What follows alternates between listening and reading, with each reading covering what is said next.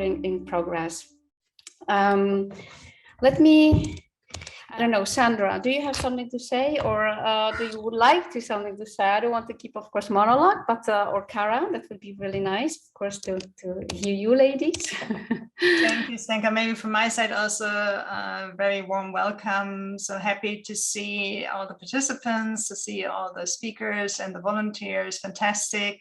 And thank you very much, Stenka, for the intro. And maybe just very quickly to remind us of the topic for tonight, because in our series we have 4 evenings. Last month we had the focus on your persona. And this month it's all about your passions, which is of course a fantastic topic. And we're going to learn a lot. I think you're going to take away a lot. I hope at least, you know, that you can then also leverage. And maybe you're so lucky you know already what your passion is. You definitely get a lot of help to get there and find out more about it. So very much looking forward to the evening. And then maybe Kara, if you want to say a few words.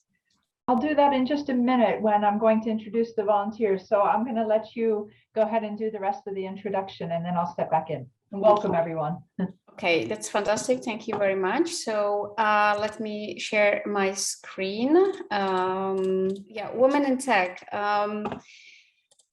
I think you probably already heard about us. That's why you joined. And I would, though these slides I will share with you, I think later, because at that moment I would have to skip and leave this Zoom recording and then coming back. So I don't want to do that. I don't need the slides. Actually, I've been doing it in the past many times. So who we are. It is just a fantastic community which has been created in France by our president Ayumi already a few years ago, and you are now attending the event of the Dutch chapter, which exists more than already 2 years.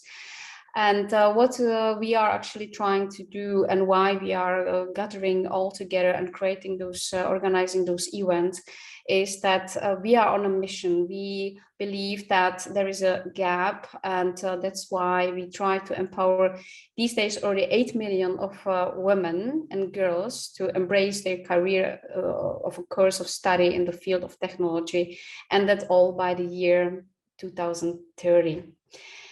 We have been growing. We here in Netherlands, for example, have already more than 4,000 people who are, or ladies or men also, who are part of our community. And that's fantastic to see the excitement and that our mission is really being implemented. Worldwide, we are also growing. So it's our chapter has already more than 21 parts, so 21 chapters, and that's really amazing because we started of course from number 1, and globally we have grown a lot. We are based in all different countries worldwide, so of course in USA, in Asia, in Africa, and here in Europe. What we are trying to achieve is we decided here in Netherlands to represent 5 of 17 sustainable development goals of United Nations, and to contribute to increase the number of women and in leadership, in education, in entrepreneurialism, science and technology, and innovation. We are doing it by different events, by collaborating with other communities, with pitching programmers, collaborating, for example, with some mentors and mentoring programs, organizing different kind of roundtables, and also supporting youth ambassadors and their programs. Later on, we will be sharing, of course, our let's say website and social media where you can follow us. And as I said, I will then, of course, also introduce you to who we are in global measurement. So by slides, which I will send you later on, you will see the ladies, which I would love to share with you now, their pictures and their names and how we are structured. But yeah, always something happened, which happened right now. Also, we have our website, women-in-tech.net. I will just put it in a second in the in the chat, that you can see how you can also interact with us, or if you want to register and follow us and see and attend more different events, then there is definitely the chance. So this is all about us, but I would like to now start to tell you a little bit more about the role models, but actually Sandra already covered this place, or this part, which is really fine. So let's kick off the real content of this event and evening. So if there are no questions, I see from the chat there are no questions. Let me hand over to Kara and to the part of our great volunteers. So there we go, ladies. Thank you very much for having you. Thanks very much, Zdenka. And actually, I'm not sure if you could see it, but I jumped in there really quickly and started to share the slides so that everyone could see those. So we were looking at the slides the whole time. Oh, thank you very much. I couldn't see. Yeah. See what was going on. So no worries. But we were watching along with your storyline. So thank you very much for that. And I think it's a really fitting topic tonight on your passions and getting to learn about what drives each of you. And really looking forward to the speakers that we have tonight. And a part of our series that we've started now 3 years ago is that we also want to ensure that we're putting into practice what we're learning in each of these sessions. And what we do is, in fact, we search for volunteers within the audience that has been participating with us after course number 1. And we start for tonight, for instance, with course number 2, with individuals that had been with us in course number 1 who are here to pay it forward. And they're here to represent what they have learned in the past session, being courageous about becoming more visible and sharing their story online and what their own passions are. And so I'm really, really proud of 3 individuals who have stepped forward in the last masterclass and said that they wanted to volunteer as our trio for tonight.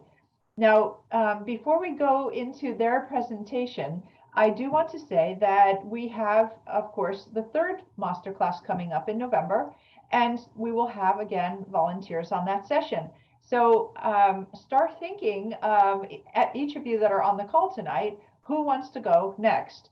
So you'll get to now hear about the experience and the reflections of 3 amazing women who were with us the last time. And I would love to see another 3 or 4 of you join us in the next session. So it's first come, first serve. And if you put your name into the chat, we will capture that and we will follow up with you to get you going on being the next volunteers on course number 3 to pay it forward on your learning. So without further ado, I have 3 amazing women here. It's Jimena, Janelle, and Malin. And what I'm going to do is invite them to introduce themselves. They're going to each do a short intro for you, and then they're going to share with you their reflections. So in case you missed course number 1, you will get to hear their experience and what that meant to them, so that you can learn from them as we pay it forward. So Jimena, can I hand it over to you to get us started? Just first on about a minute intro per person, and then we will go into your slides each. So Jimena, over to you. Okay, thank you, Cara. So hello, I'm Jimena. I'm come from Lima, Peru, and I'm an architect. I always like to experiment with new technologies and new things. I have been working as an architect for about 9 years. When I decided to do the FEP Academy, I learned the basics about rapid prototyping, code, and PCBs. And now I'm working in a project called Unicat, also as an architect. And we want to 3D print railings. So that's it about me. So I hand over to Janelle. Hi everyone, my name is Janelle Stephen and I'm a senior business analyst working in Trinidad and Tobago, and I work at Guardian General Insurance Limited, which is part of the Guardian group of companies. And if you may not realize, Trinidad and Tobago is an island in the Caribbean. We are the closest island to Venezuela. And I work on strategic projects, mainly involving digital transformation and automation. But before I worked at Guardian General Insurance Limited, I was actually fortunate enough to work on Wall Street for Goldman Sachs after I did my studies in systems and computer science at Washington, D.C. And it was there I really kind of honed my passion for technology, my leadership skills, my ability to work under pressure, my strategic thinking and problem solving. And now at Guardian General, I'm working on becoming a better communicator and mentor. And I'm really glad to be here this afternoon. And now I will hand over to Milan. Malen. Thank you, Janelle. Thank you, Janelle. Yes. Welcome to my house in Guatemala, to my home. And my name is Malen. My real name is Maria Elena de Lourdes Muñoz Herrera de Vázquez. So it's a very long name, and I rather call me Malen. So it's very nice meeting you, and I'm very happy to be here. I work in human resources for 17 years, and I was in a corporate environment for 17 years. But also in my story is that I am a survivor of abuse. And for many years, I got focused only on results and disconnected from human emotions. And then that cost me a lot of very valuable people in my life, to lose many very valuable people in my life, because I was only focusing on results. And today my passion is to reconnect, to help leaders in organizations to reconnect with their emotions, to reconnect with themselves and with other people, to create a trust environment in organizations. And for that, I have this online program to help them learn about human principles that govern relationships. So that's me, Malen Muñoz from Guatemala. Thank you. Wonderful. Thank you, ladies, for that great introduction, and so good to get to know you. And thank you, Malin, for helping us learn how to pronounce your name. So that was fantastic. We're going to get started now. So there are reflections from each of you, and we're going to follow the same order, in fact. So Jimena, starting with you, if you'll kick it off and then hand it across to each other as you go. Looking forward to hearing your reflections from the first masterclass. Over to you. Yes, thank you. Well, hello, everybody, and thank you for the opportunity to present our impressions of the first session. Janelle will talk about the purpose, Malen will talk about the pitch, and I will talk about the first P, the persona. And well, I'm starting. So I really enjoyed Sonal's presentation because she made me understand that everything you do starts with yourself, and who you are, how do you define yourself, how do you see yourself, are very important questions for all of us. And the most important fact I want to share with you is when Sonal talked about the obituary, and that the most important part of a presentation is the last part of it. And at that moment, I remember my grandfather, who was a great person, who was a role model for a lot of people, and of course for us, for his family. And he achieved a lot professionally and personally. And he died at the age of 90. And I think his obituary was a great obituary with a lot of recognition, success, and love from his family. So I started to think about my own obituary and what is important for me, what do I want to achieve, and how do I want to be remembered. And well, I started it, but I didn't, to be honest, I haven't finished it yet, because the biggest problem I have right now is time. I don't have enough time for me to solve these questions and to answer these questions. So what I did is I decided to put a fixed regular appointment in my calendar.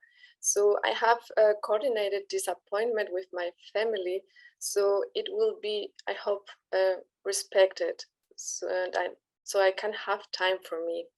And I hope I can make a good use of it in the future. And well, that's what I found the most important about Sonal's presentation, and I hope you liked it. And now I want to hand over to Janelle. Hi, so I will be speaking on the second presentation by Sheldon Durasamy from ING. And I remember while I was watching his presentation, I was thinking, I do not know my purpose. And I realized why, because I had goals, but this didn't really actually equate to having a purpose. So with regards to the keywords and aha moments and discoveries about myself, that quote he spoke of, everybody is a genius, but if you judge a fish by its ability to climb a tree, it will live its own life believing that it was stupid. Sadly, it reminded me of my grandmother, but in a different way, in the sense that I remember feeling sad I had lost her, but also incredibly sad because I knew that there were things my grandmother had wanted to accomplish in her life, and she hadn't. And I remember thinking I did not want to be the same.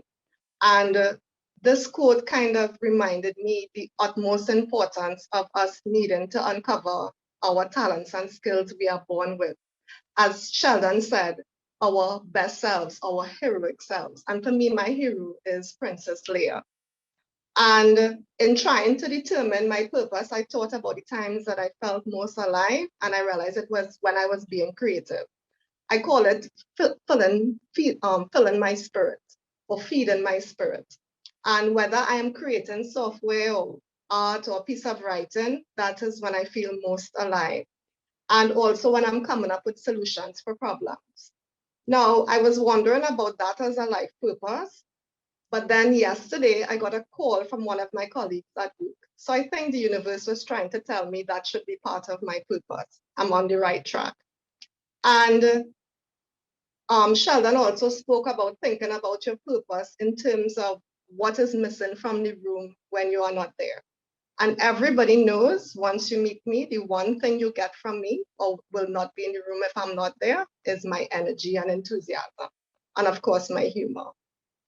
Now, with regards to my purpose, what I realized is that your purpose has to be both your personal and professional, your life as a whole. And when I met with my fellow presenters, I remember telling them I did not want to do this slide because I told Marlene that, I don't know what my purpose is. And she actually told me, she said, maybe you should push through because it's something that you're struggling with. And so I decided to look at my passions, my values, my crucibles, the challenges that made me and my proudest moments. And I realized that I would always be given the challenging projects at work, the ones that required innovative thinking.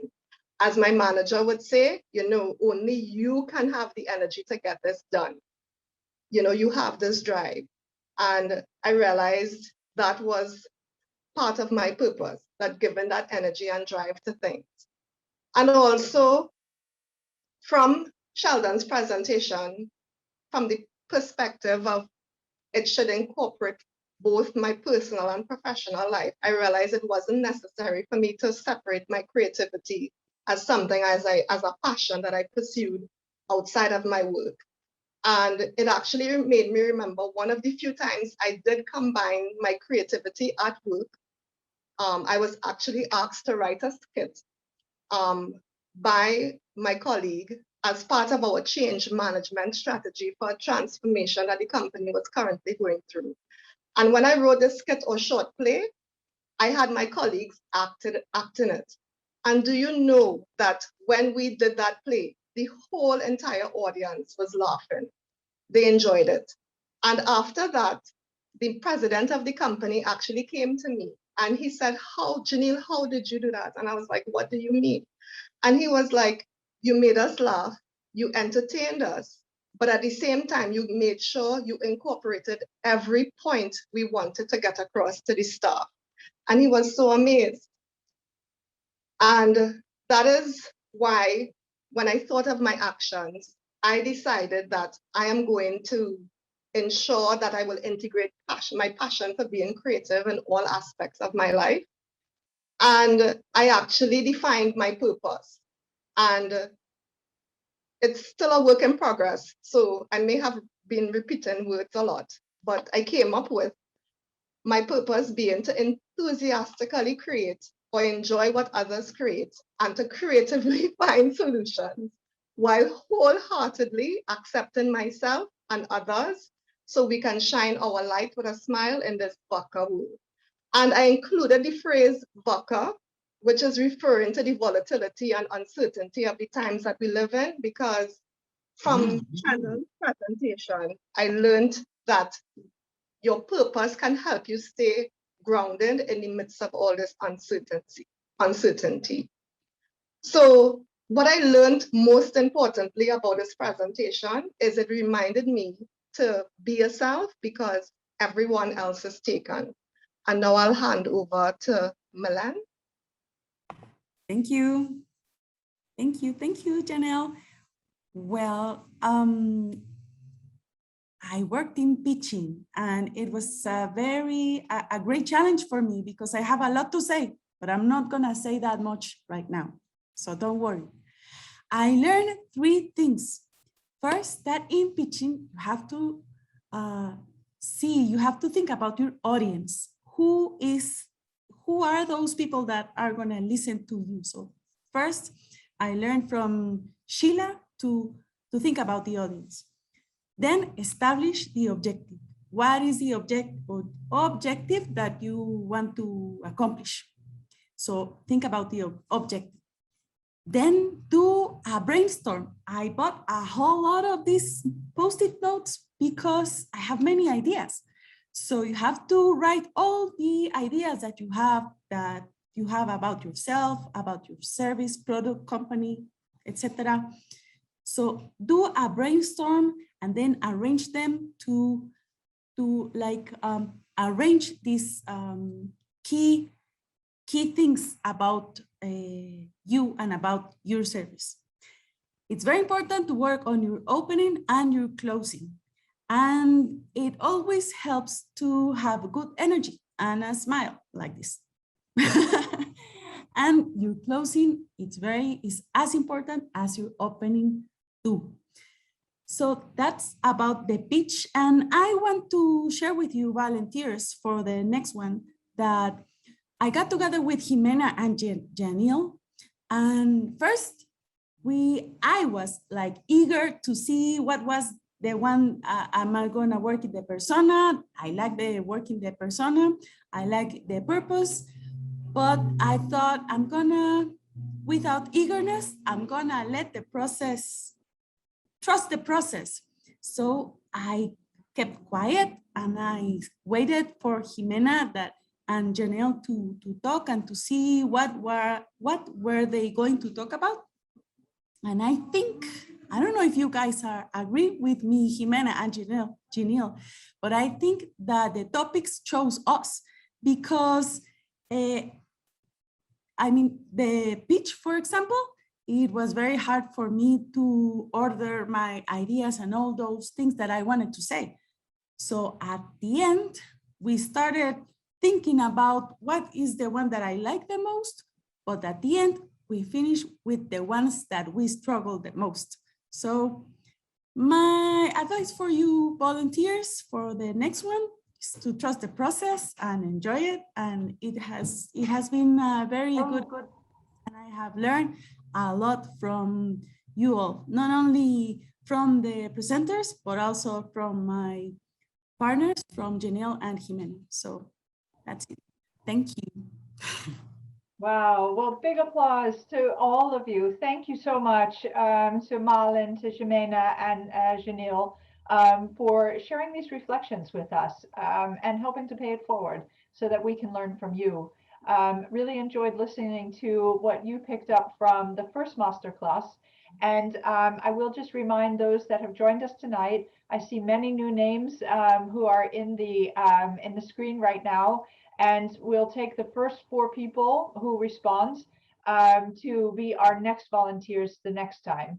So please type your name in the chat so that we don't lose you towards the end of the evening and forget to mention that. Please raise your hands, put your name into the chat, and let us know if you would like to be our next in our next group of volunteer. And with that, I will hand back over to Sandra and Zdenka to introduce our first speakers for this evening. Thank you all once again for these great reflections. Thank you very much. This was really great, Cara. Thank you. And of course, our volunteers were really, really nice. I also made some notes about, yeah, we are all learning here, right, today. So thank you very much. And exactly with that, we are kicking off, let's say, the main content of this session. And as Sandra already said in the beginning, so what is the topic of this evening? 1 month ago, we were talking about your persona, and today we will follow up and continue with your passion. So, and why your passion? We all, I think, heard in the past during our careers, or even as a child from our parents and mentors, maybe, yeah, follow your passion, find your talents, you will be, this is what will be the engine actually in for your future. So, and this is what we would like to help and maybe give some insights and maybe in some inspirational stories from our volunteers. That's why we got in touch with let's say 3 of them, but there will be 2 speakers slots. I'm very happy to kick off the first part, let's say the part from my, I would say also already friends, Aline and Dineke, who will be presenting the first part. And hereby I'm gonna give them the floor, because they are 2, and I think they can kind of self-moderate themselves, as I already experienced once. So thank you very much for joining us, Aline and Dineke. Please introduce yourself and tell us what do you want to share with us. Yeah, thanks so much, Zdenka. Yes. Well, let's start with the introduction.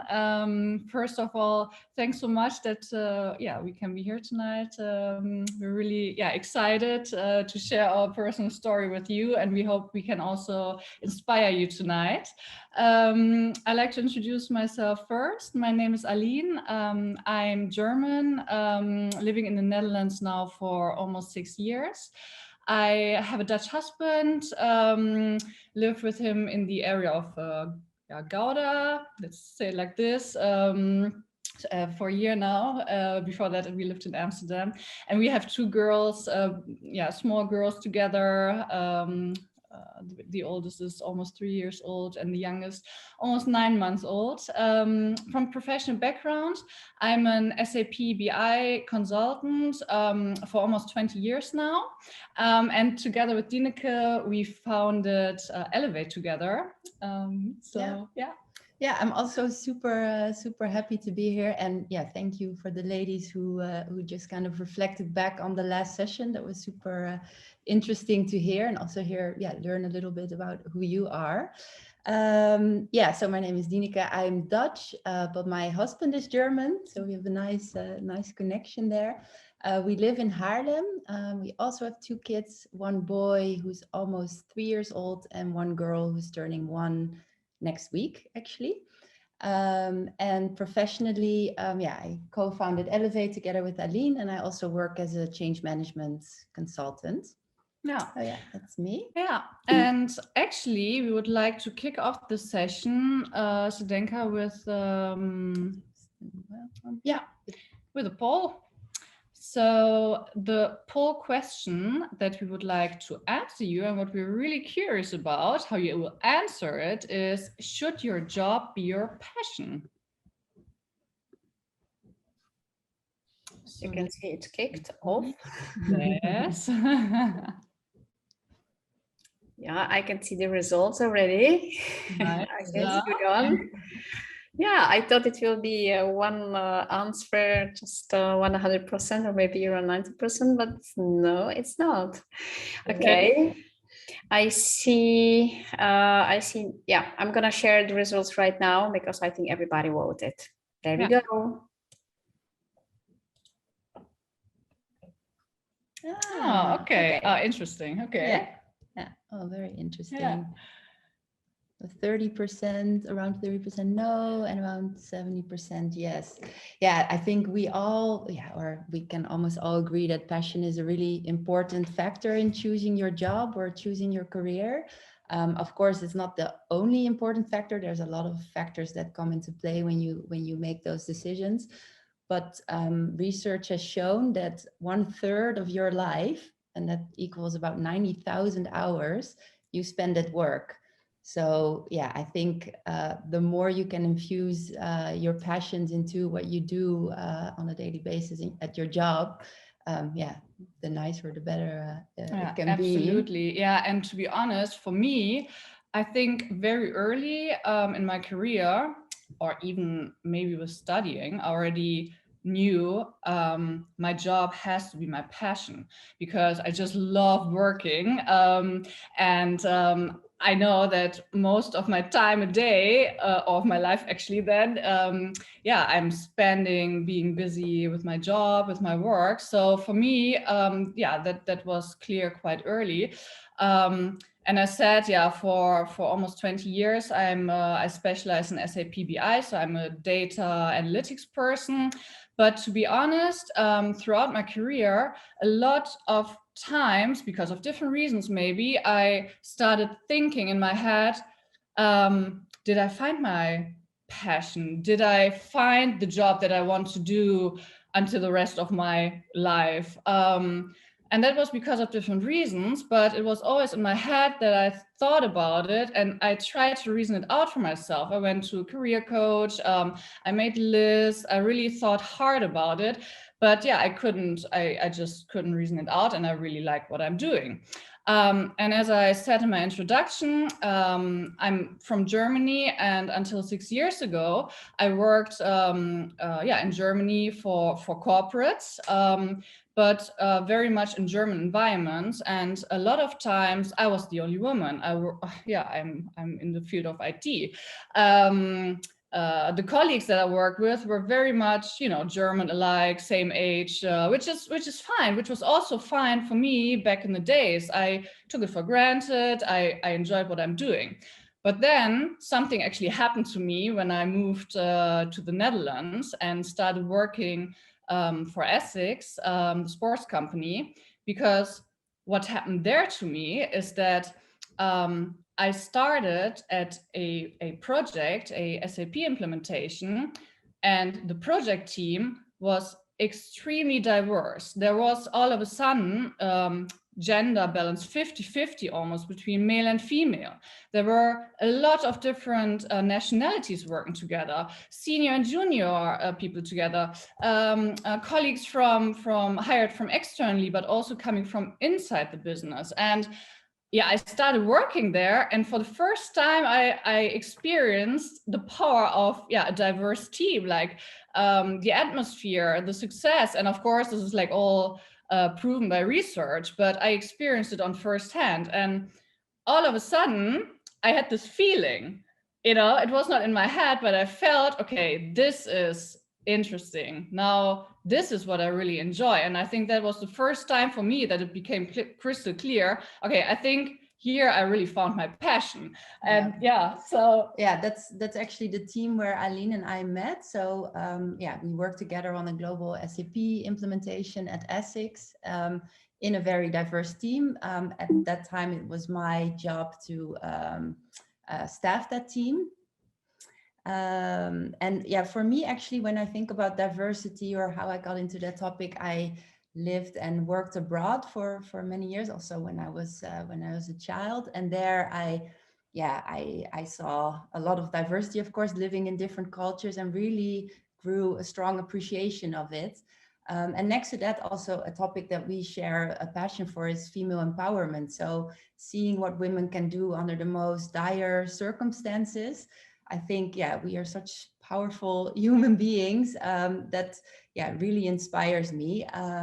We really believe in the power of diversity, and that diverse teams in essence are more successful.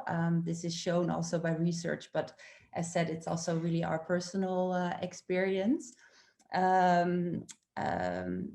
yeah, of course, in IT, this diversity is still a very hot topic. So this is still something that very much needs to be improved. I think we can all agree on that. And therefore we founded Elevate, and it's our mission to empower women in IT. And we have just a short slide on what we do with Elevate. We really support female freelancers in IT to find assignments.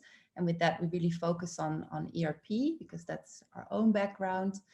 We've established a network for women through which we provide mentorship, but also opportunities for personal and professional growth. And we support and develop different initiatives to inspire young girls to choose an IT profession. And in that, we organized a summer camp for girls, coding camp this summer, which was amazing to do. Yeah, really amazing. Yeah. We have one question. When did you actually found Elevate? We founded it early 2020. So actually right before our global pandemic broke out. So we had really big plans and we had to readjust a lot because of the situation last year. But we really think it was in our advantage because we could put a lot of focus on meeting women and broadening our network, which is really benefiting us now while things are opening up again and the market is on the upside. Is there another? It's nice that you follow up with the questions because we don't see it now that we share the screen. Thanks so much. And that's definitely a good thing. If you have a question, please ask it right away. Yeah. Maybe I already asked also in the chat because we have, I think, 4 answers from somebody who said that no to your poll. So I even would be interested, of course, maybe to trigger a short discussion why somebody thinks why it shouldn't be like that and why it should be like that, right? So if you can then, we will probably talk about it further, but the person can unmute herself later, of course, or write in the chat. So I would like to encourage that we also collaborate with our audience. So thank you. Yeah, but let's talk about passion. We really love this. Passion cannot be found in your head because it lives in your heart. So I think, or we think this is really a powerful statement, and this is our experience and what we would like to share with you. So we truly believe you cannot figure out your passion by thinking about it. If it's in your head, you just cannot find your passion. You have to feel it. So in my example, to share my personal story with you, at Essex, I realized how much I enjoy working in diverse teams. The power of this that I experienced was amazing. It was like an eye-opener. It was this, now I get goosebumps, but I'm sorry when I talk about it because I just love it. So I felt like, okay, this idea is coming back and back. I have to do something with that. I want other companies, like I really question, hey, why do I need to work for 15 years in so many different projects until I find out about this? Why are not more companies doing it like this? So I want to help the companies also staff more diverse in their IT environment. But even more, I felt the urge that what I experience, I want for other women. I want to empower other women to have the same feeling, have the same experience that I did there, have the same fun and atmosphere. So actually, Dineke and I, we shared in our introduction, our first oldest kids are almost 3 years now. That also means that Dineke and I were on maternity leave together. And during the maternity leave, I just started with that idea, and to me it was very clear that if I'm going to do, or if I want to do something with that idea, I only want to do it with Dineke. So Dineke hired me. She was in charge of staffing that project in a diverse way. It was crystal clear to me. And I still remember we were sitting here actually in the same house of Dineke. And we had like a play date with the kids. And then I told her about the idea.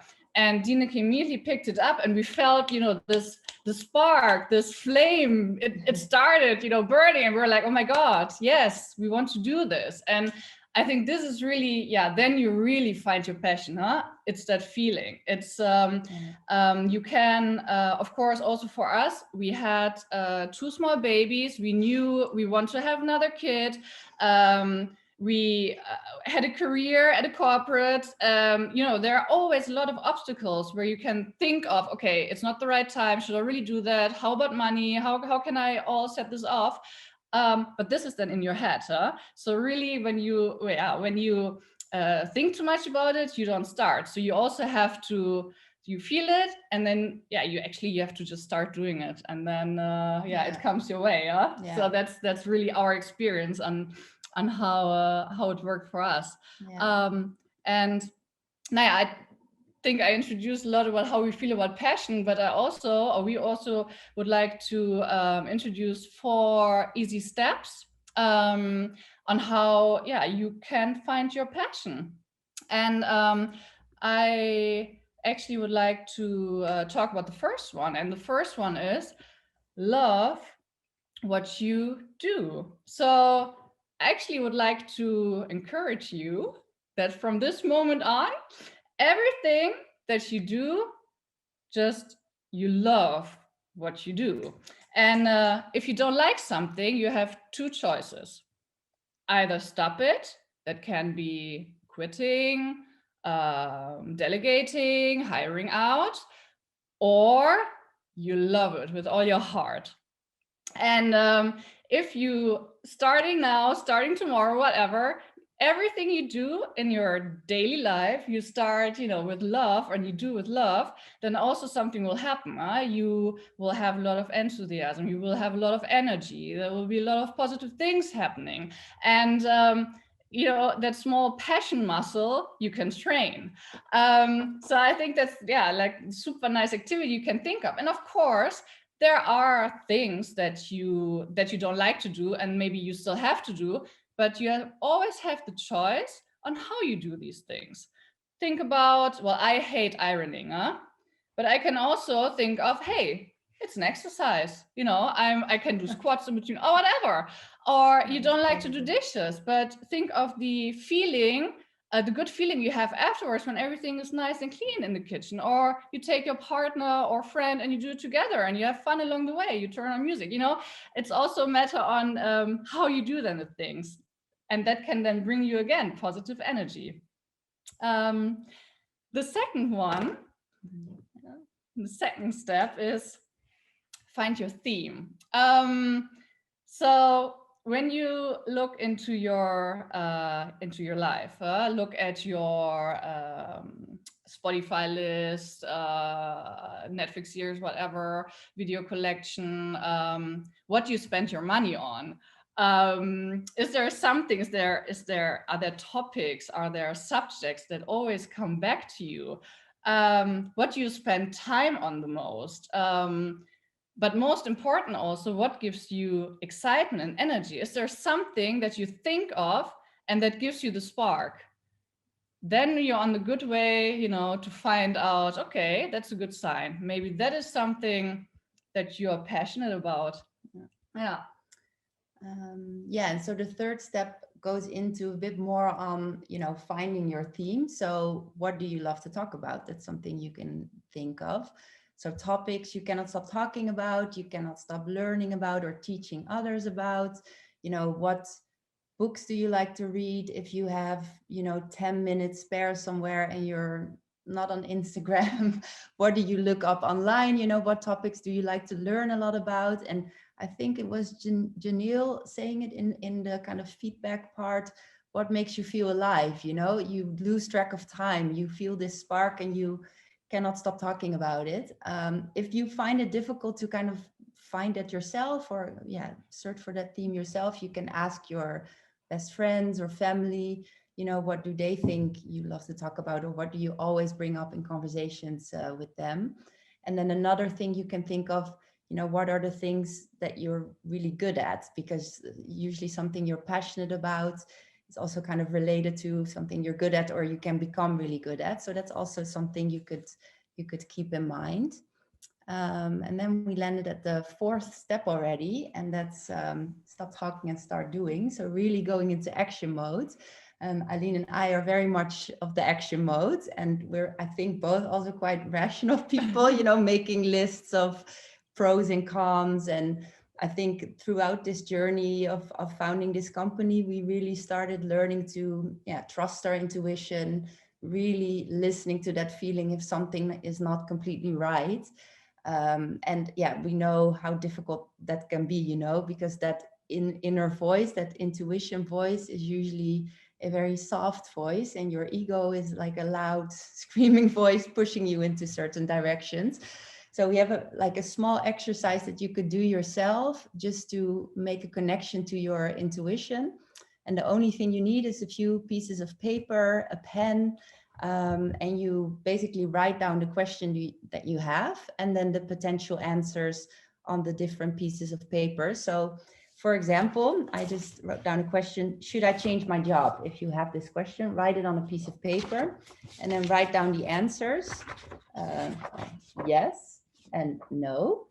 And then you put all the pieces of paper on the ground and you first stand on the question.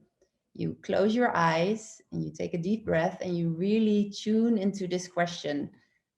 Should I change my job? What would this mean for me? What would this mean for my family? And then you really try to feel it through, not in your head, but really feel, okay, tuning into this question. And then you stand on the potential answers. So first on the yes, what would this mean for me? You know, how would I get up in the morning? How would I spend my day? How would that make me feel? Really make this connection to your feeling, to your intuition. And then stand on the other answer, also stand on it, close your eyes, and tuning into the other answer. And if you do this exercise, I think probably a potential feeling will kind of show you what would be the right direction to take. And if it's not right away, then maybe that answer comes to you later. But it is a very simple way of kind of tuning into that intuition, or making that connection to your heart, as we are also learning at the moment. Are there any questions? Yes, exactly. That's maybe a good moment. At that moment, we don't have any in the chat. Okay. Then we continue. Yeah. Oh yeah, you have one question. Oh, yes. I have a question. So I do trainings and workshops, and I love the execution part. I love the designing part, but I don't like the selling part or the financial part of my business. So that I have been struggling with that. I have gotten very good business because I'm really passionate about what I do. And I think that's the way I sell, but I think I have to, I always like the financial part. I don't like it that much. So what can I do? Yeah, this sounds like familiar because we also don't like it's a huge administration, right? Running your business, it all seems nice on the outside, but there's a huge part, of course, in the back end that you need to do. And I think, Aline, you mentioned it a little bit, right? What you can do is maybe think of delegating that. And even if you have to do, we still do most of it ourselves, and we try to come up with smart ways of making it doable for us. And I think just an easy example maybe, but I always I kept all administration, to be honest, always at the end of the month or of the quarter in that case, and then there's that whole pile. And then we started talking about it, and actually Dineke told me, just do it like when it's there, or just spend 1 hour a week and then just do it then. It's still not nice to do it, or maybe it's still, but then it's not that big of a burden. And now I still don't enjoy it, but because I do it different, it doesn't make me feel bad anymore. So that's like an example that I can give. And if you, for example, have to do, let's say, cold sales calls, and you really don't like it, my advice is do it in the morning, first thing, then it's over. And then you can spend Yeah. the rest of the day with like the fun stuff that you just love to do. Yeah, we put we also do this, of course, and we put kind of a challenge, 10 contacts before 10 a.m. Yeah. And then we check in with each Exactly. other. Did you do your 10? Okay, yeah, I did my. So this is kind of making it a little bit of a fun game. way, Yeah. because this is also not necessarily Thank you. our DNA. Yeah. So Thank you. hopefully that's useful. Yeah. Okay. Yeah, and talking about getting into action, we also, of course, thought of some action for you. So, Denka, we would actually shortly open the breakout rooms because we would love to do an activity with you. So you will be matched up in breakout rooms together. And how many people are in one room?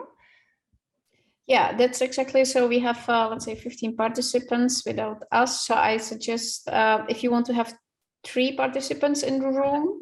Okay. Yeah. Or do you want to have more No, participants? 3, I think a 3 is perfect. Yeah. Yeah. And then you will meet together with the 3 of you in a breakout room. And we would love to give you the question to discuss. Have you found your theme? And if the answer is no, then what would be the first step you could take to find it?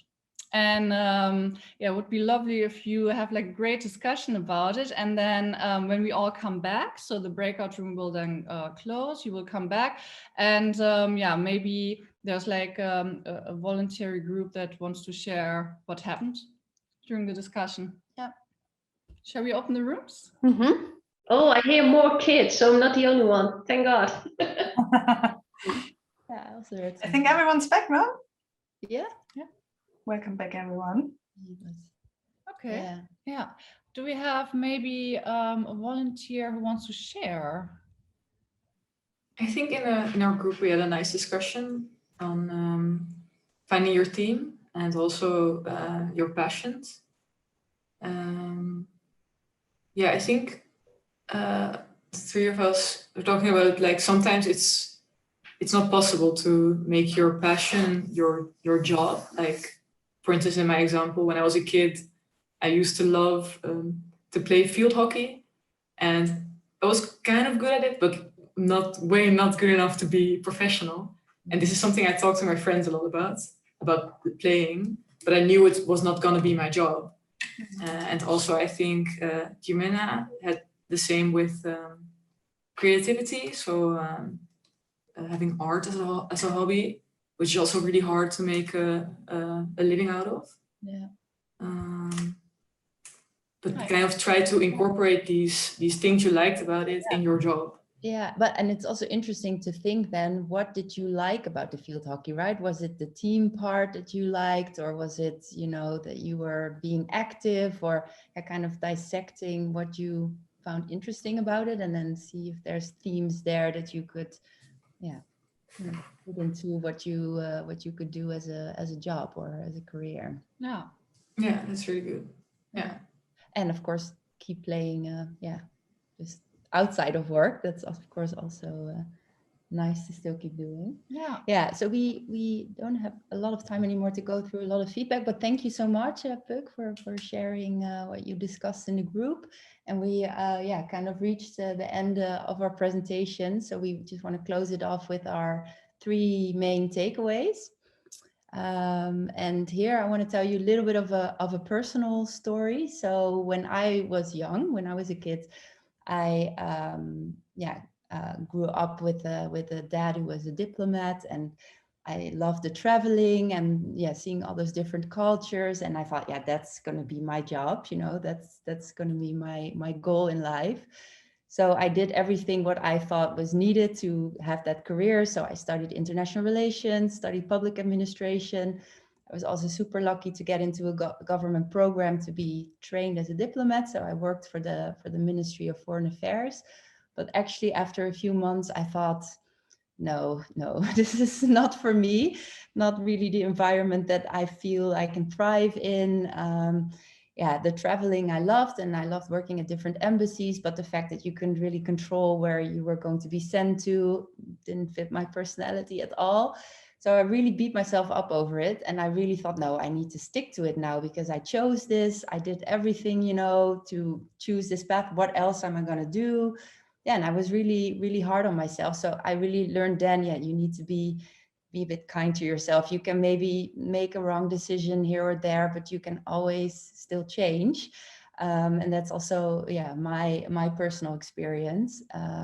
So yeah, be kind to yourself is our first takeaway. And then, yeah, don't make it too big. So when I then decided that career wasn't going to work for me, I thought, well, now the next thing I'm going to decide, that needs to be it. You know, I made it really big. I thought I need to do another studies or I need to do a lot of courses to, yeah, get into what I'm supposed to be doing. And I didn't even really know what that was yet.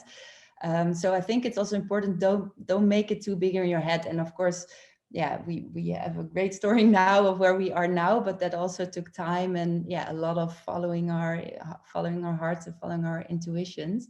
But yeah, don't make it too big for yourself. I think finding your passion is great, but it's also not necessarily immediately your life mission, and that you discover along the way.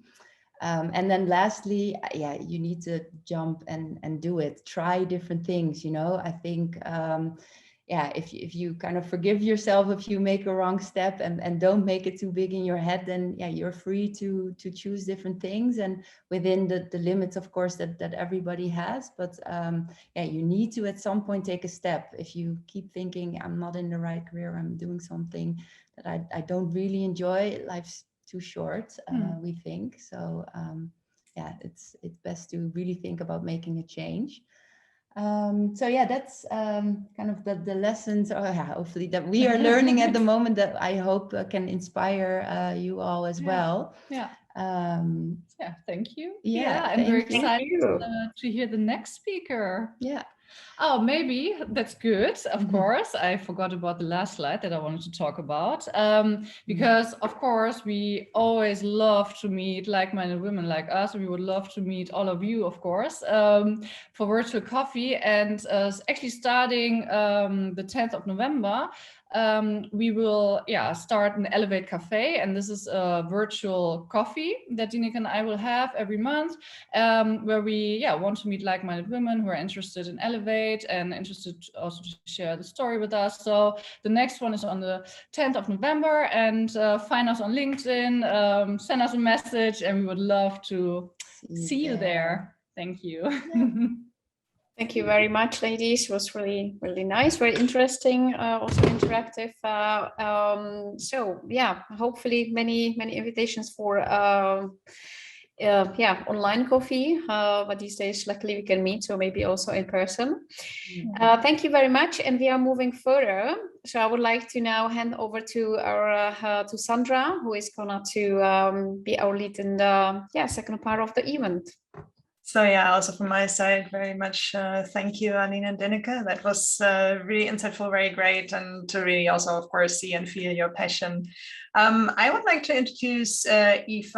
I actually met Aoife at a similar workshop like we're having today, and I really liked her approach, how she looked at the different aspects of, you know, your values, your passions, and so on, and helping with that to kind of get more clarity how you can also use that for your career. So I actually then decided to go on and do the coaching program with her, which was extremely valuable for me. And Aoife is also a really, really great coach, asking the right questions. Yeah, I'm very happy that she's here today.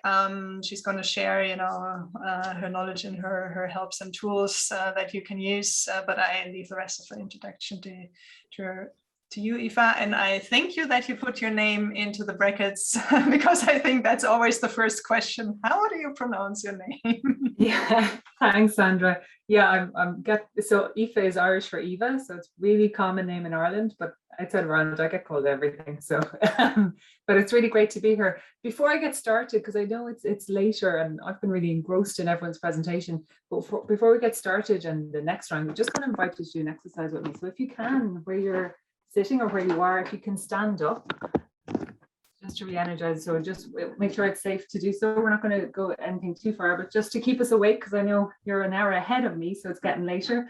And just where you are, once you're not injured, so do it within your own safety range, just kind of bounce on your knees. So yeah, start moving. I see some people already starting to move. Now, I'm not very coordinated, so please don't follow my lead, but just as you bounce on your knees, just kind of move your hips side to side. Then kind of move your hands as well to get your hands moving.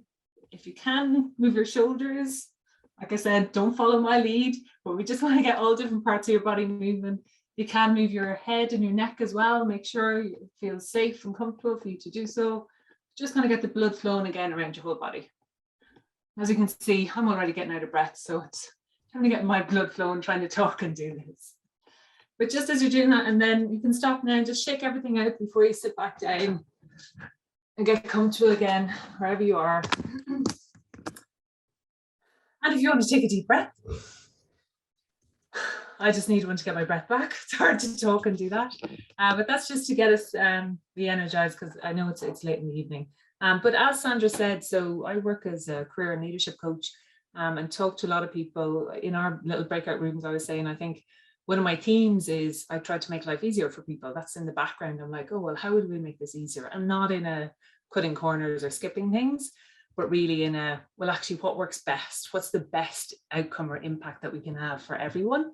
So what we're going to talk about is we're going to look at, and it builds on, I loved what the volunteers said of what they'd learned from the last, from module 1 or lesson 1. It's going to build on some of that persona, the purpose, the pitching, and also what the guys were just talking about in terms of passion, but we're going to talk about what drives you for your own career path. So what I would invite you to do is, I know, who was it, Malin, that mentioned those post-it notes? Grab some post-it notes or grab a pen and piece of paper, because I'm going to do some practical exercises to get you thinking.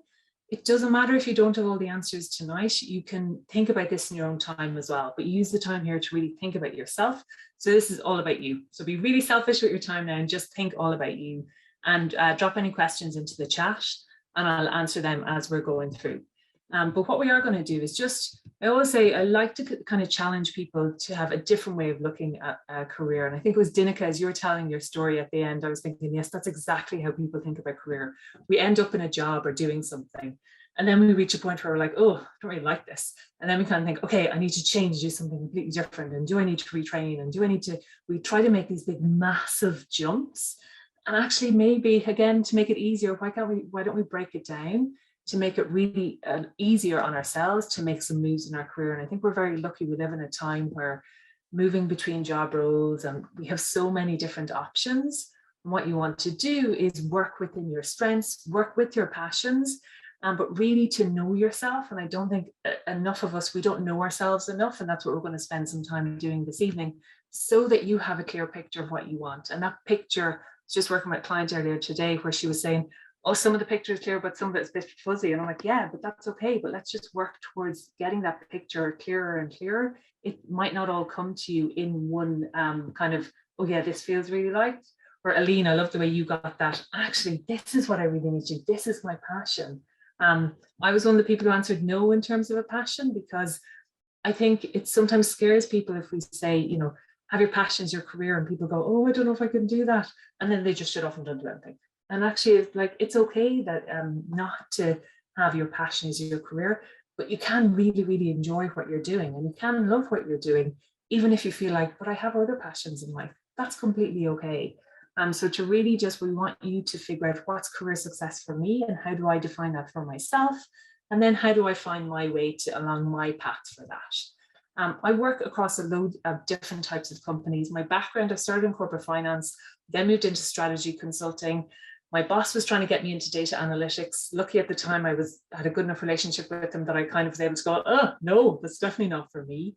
And that's when I started down what I call the people route. So training and development, leadership coaching, career coaching. And it really was because I found my interest was really in people. And how I find that was kind of through trial and error. And that's some of the stuff that I work on with clients now. Of you can learn about a lot from all the different roles, and not just job roles, but all the different roles that you've had in your life. You can learn a lot from that. And if you can take that learning to help you to make future decisions, again, it can make some things easier. So that's some of the things that we're going to do. And if we're okay, Zdenka, to start off with the second poll, so the obstacle, if you can put that up for people, because I'd love to hear from you in terms of your biggest obstacle to setting your career strategy. So I've just given some here. So these are a lot of the answers that I hear from people. My biggest obstacle is no clear path, confidence in my ability, lack of time, lack of opportunities, or just, I don't even know. If you want to share that second poll, we'll get you thinking about what's your biggest obstacle in setting a career strategy. So if we can't do the poll, that's okay. I'd love you to just think about that question for yourself, because the purpose of this is really to understand for yourself, do I have obstacles in my own career? So am I putting a barrier for myself? And some of it can be some of these. And we really want to understand that for ourselves. So if you feel like you want to share it in the chat, you can. Roma, I see your question. What's your passion? Is it related to your career or not? I would say I do really love my job, but I don't think my job is my calling. So there was research done before where they looked at careers in terms of a career could be just a job. So you just go in and do the work. It can be a career where you want to learn, you want to give back, you want to kind of feel like you're contributing, or it can be a calling. And that to me, the calling to me links in with a real passion. So I don't feel like career coaching, leadership coaching was a real calling for me. I think it's a career that I absolutely love. I love the work that I do. I feel like I make a difference in what I do. So I don't feel my career is my passion. What are my passions? It's probably more like spending time with family and things like that. But I can see some, oh, lovely. I love, Martine, the option F, need to learn new skills. Lovely one to recognize. So you can see different answers there. Confidence, combination of A and B. And the thing is, it doesn't, oh yeah, the poll is there. So if you want to, you can add it into the poll. Not that it doesn't matter what the answer is. The purpose of acknowledging this is to understand for yourself, again, it's to know more about yourself of, do I really understand what's holding me back? And for sometimes it can just be small, something small, like I don't have time. When I had people coming to me during the pandemic, that was one of the questions that I asked them, is now the right time to focus on this? Can you fit it in? Do you have time to make some changes to your career along with everything else that you're juggling? And for some people, it was like, actually, now isn't the time. And just making that decision of, I am going to focus on my career at some point, but now isn't the exact time I'm going to focus on it. And that's okay. I'll focus on it at another point in time. That can give us some peace of mind. So we really want to notice internally what's holding us back. What's my gut feeling telling me? Or sometimes it's up here mentally, I'm doing some things to hold myself back. So we really want to just notice that for ourselves. Yeah, so you can see there in terms of the poll, it's so for 38% of us here, it's confidence in our own ability that's holding us back. So then actually that's something I really need to work on. So you can look at, okay, so what is the things that I'm not really confident about? And what are some things that I can do to help myself in my day-to-day to help build my confidence so that I can start to move forward and so that I can start to do things in terms of my own career. So the first step in any change is to recognize what I need to change and then to make a decision that I do actually want to change that. That is the first thing I would invite you to do, is actually acknowledge what is it that I need to change, and then make a decision of, actually, is now the time? Is this something that I want to change? And what we want to do as well is, when we've acknowledged some of these obstacles, we really can start to look at them, because, and this is that feeling part I love that Alina and Dinika talked about, of sometimes we're too much up in our head, and a different part of us can be telling us something different, but we're not listening to it. So we're not listening to our gut feeling. We're not listening to what our heart is telling us. Sometimes it feels uncomfortable or it feels different, so we run away from doing something. And you can see here the quote where, I presume you probably all know this one, it's not the strongest, but the one's most responsive to change. And this is what I think was Janelle said about the VUCA world. We do live in a VUCA world where actually adaptability is one of the top skills that most organizations look for nowadays. And we need to be adaptable. So even if you end up staying in the same job role, the same company that you're in, things are going to change around you. Some of your team will potentially change. Some of the systems that you need, we all know the pace of technology and that things are changing. Things are going to change, and we want to be able to respond to those change And what I say in terms of our career is we want to take a proactive approach to our career and actually be driving our own career rather than feeling like, oh, I'm reacting to the change that has been forced on me or happening around me. And one of the things to notice about change, a quick exercise I'm going to do you now, I'm right-handed, so I'm picking up a pen in my right hand, but pick up a pen in the hand that you normally write with. So that's my right hand. And I want you to, on a piece of paper, just write your name. So if I write my name, put my right hand on a piece of paper, and just as you're writing that, just notice how it feels. So how does it feel as you're writing your name? For most of us, you probably don't think twice, you just do it. But now what I want you to do is, if you take that pen, so I'm going to take the pen that's in my right hand, move it to your other hand. So I'm moving my pen to the left hand. It already feels a little bit uncomfortable for me. I can feel my shoulder move slightly as soon as I put the pen in my hand, even though the pen isn't heavy. But what I want you to do is write your name with that other hand. And as you're writing that, just notice how you're feeling. So notice, was there any physical changes in your body as you were doing that? Can you feel different? Is your head telling you anything different? Most of the times when I'm doing this, people are like, oh, it's so messy, or oh, I'm so slow, or that feels so weird. We have all these sometimes negative reaction to change. And actually that reaction is just coming internally from a place of trying to protect ourselves, and we're protecting ourselves from something new and different. So it's coming internally, it's going, oh, your body or your brain is going, oh, no, that doesn't feel right. Oh, no, that's not right. Oh, don't do that again. Don't do that again. That doesn't feel right. But actually, sometimes we need to push ourselves past that discomfort, and we need to be okay with being uncomfortable, because actually we just need to push ourselves outside of our comfort zone. So know that as we're making different decisions, so as we're exploring our passions, as we're exploring our career, it might not feel right. That bit of trusting and really linking in with your gut instinct, because sometimes we do go too much into our head where we go, oh no, that doesn't feel right. Stop doing that. Don't think about that. So we want to move away from that to go, oh, yeah, it feels a little bit uncomfortable, but I'm just going to sit with that discomfort. And I'm going to just keep moving and keep being curious is the word that I always use. I'm just going to keep being curious about this. And that, if you're someone who is struggling to find your passion or struggling to find your purpose from the last session, just keep on getting curious. So move past the discomfort, or sit with the discomfort and keep on being curious, so that you can really start to explore and start to trust some of your own decision making about things that actually might be an option for you. And the thing about really being proactive in our career is we really need to know ourselves and understand a broad range about ourselves. And how I do is I break this down. So we're going to do 2 or 3 different exercises now that you guys can really think about this. And for some of you, you'll know it already, and for some of you, you won't, but that's okay. So again, grab a pen and piece of paper. And what I want you to think about is, what are your top 5 values? So our values are the things that are really important to us. It's our beliefs that drive our behavior, and sometimes drive our decision making unconsciously that we don't even notice. So some people can write down their top 5 values straight away, and they know them. They're like, yeah, I know these are the things that are really important to me. For some people, they're high level things like my health and my family, my relationships are my values.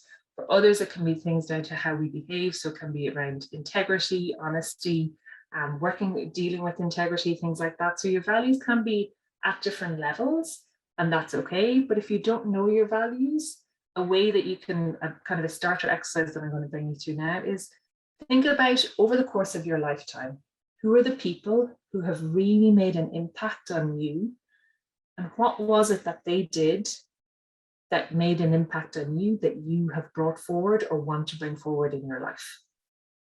So that could be a family member. It could be, for some people, a teacher at school, a wider relation, an extended family, a co-worker. Could be someone that you just bumped into and will come on to a kind of had a life experience with, or went through an experience with. But who are the people in your life that have had such an impact on you that you have brought something forward from them that you now live your life by? So that can be one way that can help you to identify some values. Well, I'll give you one example. So for me, one of the people is my grandmother. My mother's mother lived to 100.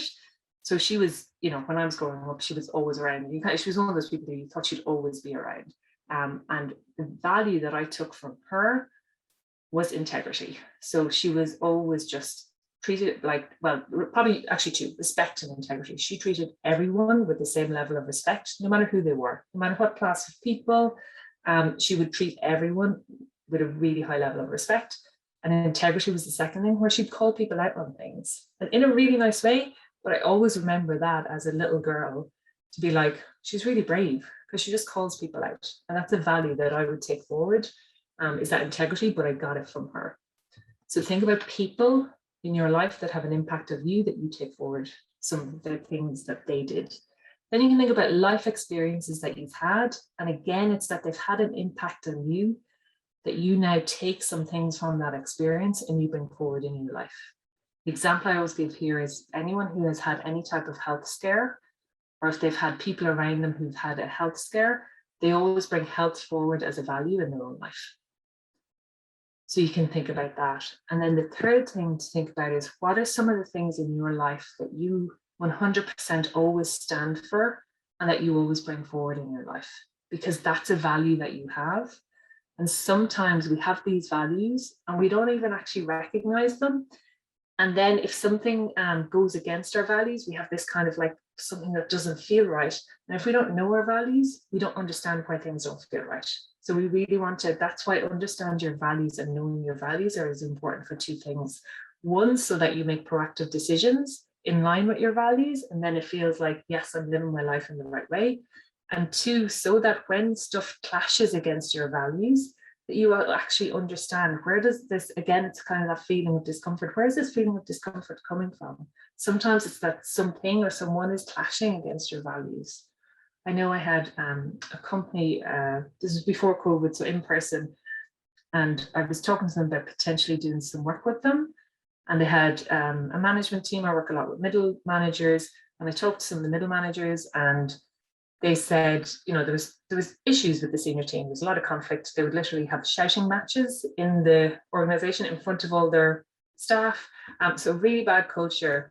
And when I talked to the HR, I was saying, okay, well, if we want some of the change, leadership change, if we want some of this change to happen, we really need to work with the senior team as well, because there's behaviors that they exhibit that actually just flow down through the organization. And she was saying, yeah, I know, but they won't change. So we're just going to ignore them.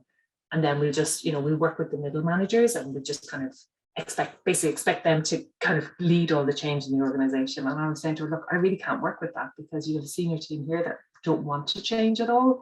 And then so your middle managers are just going to be pushing against that barrier all the time. And that to me was something that I stood for, in terms of, that was back to the respect of working with people who treat others with respect. And I was saying, I can't work with a senior team who don't treat others with respect and don't want to change. So it was work that I walked away from, because it was something, again, that I really believed in.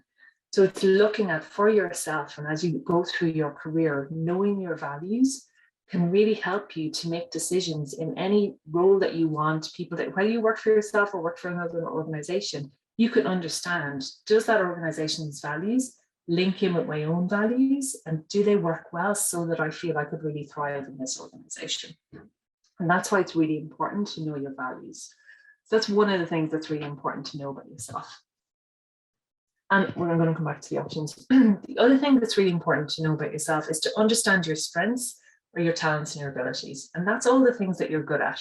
Sometimes when I ask people this question, like, oh, what are your strengths? They're kind of like, yeah, I don't know. And this comes back to that obstacle that we asked at the start, where people, you know, I think it was 37% of people said, confidence in my own abilities is the thing that's holding me back. So what I'm going to ask you to do now is, I want you on take a pen and a piece of paper, and I want you to think about, of all the roles that I have had, so the job roles that I've held, any volunteer roles that you've had or still do, any other roles that you play in life. So if you're a parent or a carer for others, a friend to others, the different roles that you've had, what are the things that you do in those roles that actually bring you joy, that you enjoy doing? And what are some of the things that you do in those roles that you really don't enjoy doing? And you can go back over all the different job roles that you've had, and this is where you might spot some other trends. So what are the trends that I can see of the different roles that I've had? And I don't just mean job roles, I mean any different role that you've played in life. What are strengths that I've used, skills that I've used, or talents that I have that I've really enjoyed? excuse me, and what are some things that I haven't enjoyed using? If you struggle with this is where you can sometimes ask others for feedback. So you can really look at, actually, if you really, really struggle with identifying your own strengths and your own skills that you really enjoy using, ask others for feedback. What are some things that you think I'm good at? In the work that you do, are you the go-to person for anything? So do people come to you to always ask you about something? Are you, it's like, oh, go to Aoife, she'll help you with that. Or I had someone earlier this week who said, I realized I'm always the person they bring in when there's a problem among people in the team. I'm good at solving conflict among people. And I was like, okay, do you enjoy doing that? Because sometimes we have some skills that we can use, but that we don't really enjoy using. So what you want to do is you want to, again, in being proactive in your career, you want to pick your talents and abilities that you actually enjoy using and enjoy bringing forward. This is where you can start to kind of pinpoint and outline in a job role, these are some skills that I really, really enjoy. And these are some skills that I really don't enjoy.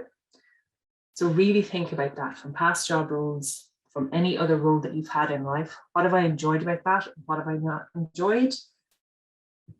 And then, so I think it was Martine that you said something holding you back was skills you wanted to learn. That's the next thing to think about is, are there skills that I feel like I really want to learn, or skills that I have already that I want to potentially tweak or improve on? And then the last thing to think about is, what are my non-negotiables? So when I look forward and think about job roles and my career, what are some things that are absolutely 100% have to be there, or 100% don't have to be there? And I think it was Aline who talked about, working in diverse teams. To me, that was a non-negotiable that absolutely had to be there when you recognize your passion.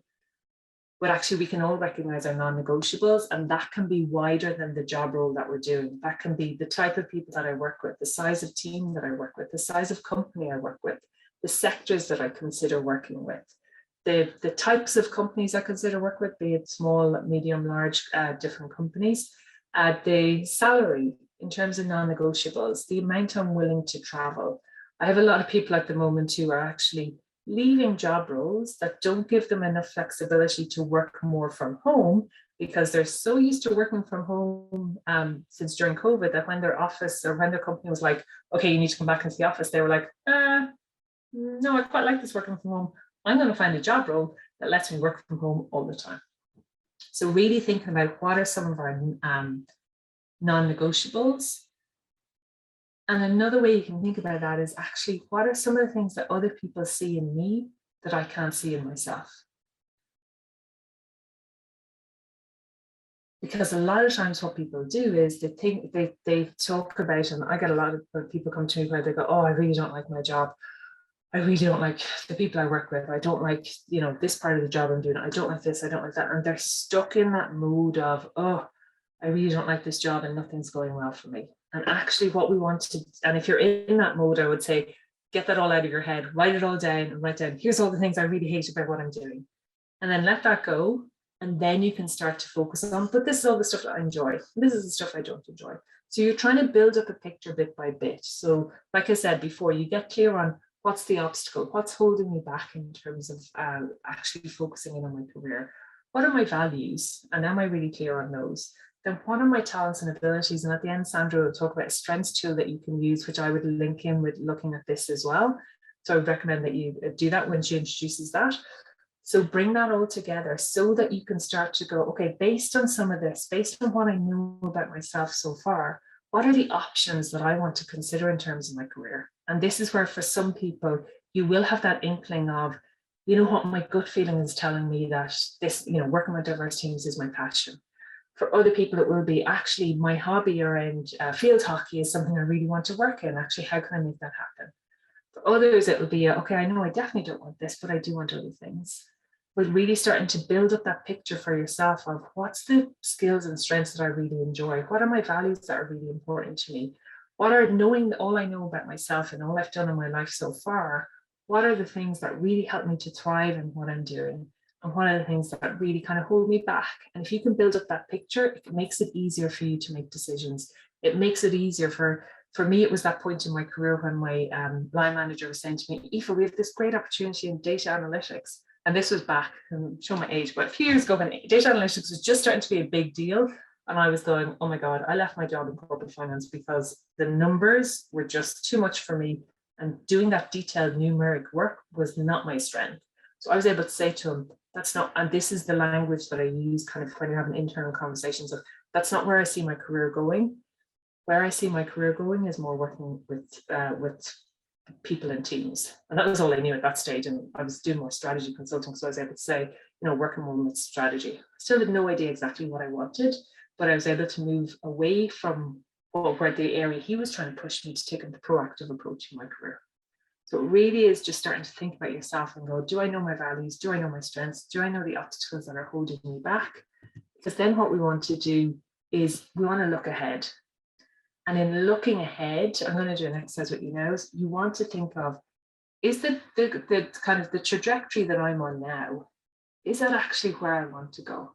Sometimes you have an analogy where they say, you know, is the ladder against the right wall? So if you got to the top of that ladder, would you be on top of the right wall? Or actually what I have here, are you running in the wrong direction?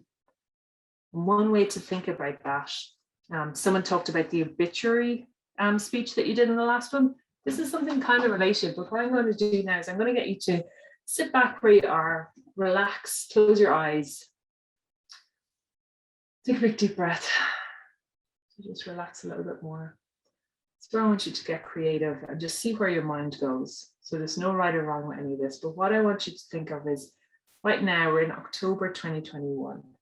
And in October 2021, just acknowledge what age you are right now. I want you to build a picture of what does your workday look like right now. So the type of work that you're doing, people you're working alongside, the day-to-day, the ins and outs of your day-to-day, the tasks that you're doing, the outcomes that you're delivering. Build a picture of what your workday looks like. And then what I want you to do is think about your career. So broader than just your workday, but your thoughts and feelings about your career overall as you sit here now in October 2021, at whatever age you are right now. And then think more broadly than your career and think about your family or home life. The actual physical building that you live with, any people, if there are, who live alongside you, people that you share your life with or interact with on a day-to-day basis outside of work. What's the picture of your family or home life in October 2021? And bring in any other aspects of life that are important to you. Any hobbies, extended family, friends, things you do for fun or laughter, things you do for self-development. Any of those different things that are important to you and other aspects of your life, and have that whole picture of your life as it stands now in October 2021. And then if you were to look a year ahead, so think of fast forward to 1 year ahead. I'm going to make the assumption COVID is 100% gone, you don't have to think about that. It's October 2022. Think of what age you're going to be in October 2022. And think of, fast forward to a year from now in October 2022, think about what you want your workday to be like then. So you build up your picture, there's no restrictions. Think of the things that are happening right now in 2021 that you want to still have happening in 2022. And the things that are happening in 2021 that you want to leave behind and not have in your workday in 2022. And in your broader career, a year from now in October 2022, at whatever age you'll be then, what do you want to be able to say or feel about your career 1 year from now? What your family and home life by October 2022, what would be the same and what would be different? For any of those other important aspects of life for you, what are some of the things that would be the same or that you want to be the same, or some of the things that you want to be different a year from now in October 2022? So build that picture up of what you want your whole life to look like a year from now. And then jump forward 5 years from now. And 5 years from now, we're in October 2026. And again, in October 2026, think of what age you're going to be at that stage. And at that age in October 2026, think of what you want your workday to be like. And just see what comes up. Some people, it's no picture. For some people, it's a whole picture comes up. It doesn't matter. There's no right or wrong. Just want to see what comes up for you, for your workday in October 2026, 5 years from now. And then your career overall 5 years from now. What are some things you'd like to be the same and some things that you'd like to be different for your career 5 years from now? In your home life and any other aspects of life that are important to you. Are there other aspects of life that you'd like to bring in that aren't in your life right now? What changes would you like to see in place 5 years from now by October 2026? And then jump forward to whatever age you're going to be and however many years forward it is to your retirement. And you're finishing mostly in your career. And you're at a retirement party. And you're talking about all the things that you're proud of and all the things that you're really excited to have achieved and done. All the people that you're happy to have worked alongside. All the things you want to look back fondly on in your career. What would you like? What's the legacy you'd like to talk about when you think about your retirement at whatever age you want to retire at? Think of how you want to feel at that stage. Think of the people you want to have alongside you and the important people in your life who will be there. That could be from work and outside of work. And think about the other important aspects of your life that you'd like to have achieved alongside the work. Perhaps maybe you mention, or maybe you don't mention, you're just looking forward to bringing them even more into your life after your retirement. And then come back to now, back to October 2021, and back to the circumstance and situation that you're in now. What I want you to just think about is, based on any of those future ideas that came up, based on any, the future you at different ages, at different points in your life, did any ideas pop into your head that you'd like to explore more? Did any feelings come up that you'd like to explore more? What I'd invite you to do now is if you just open your eyes and if you just write down one thing that you took away from that look ahead for you. That could be something, how you're feeling. It could be something that you kind of noticed, good or bad. Most people take good or bad things from that. But what you want to really be thinking about is, I want to look back and learn from all the stuff I've done in my career and my life so far. I want to look forward and understand what's important to me about my career and life, and how do I match those things, not match those things together, bring those things together. Sometimes talk about that picture as a jigsaw. What are the different pieces in the jigsaw? When you're bringing those things together, think about where are the gaps in my picture that I don't know, and how do I want to start exploring those bit by bit? Start exploring them by understanding my values, understanding my strengths and the things that I enjoy, and then start to bring it bit by bit to build up that picture. And because if you can do that look ahead, that's when you can start making some decisions now that can really help you when you do look ahead. So every so often in your career, what I would invite you to do is just take that look ahead to say, actually, am I doing some of the right things now that can help me with where I want to be? And even if you don't have a clear picture, think about, actually, is there something that just keeps my options open for the future me? And what are some things that I want to think about with that? What you can do then is really think about, how do I put this into action? So what's the plan that I'm going to put into place? Like Dinika and Eileen said, we want to move to action.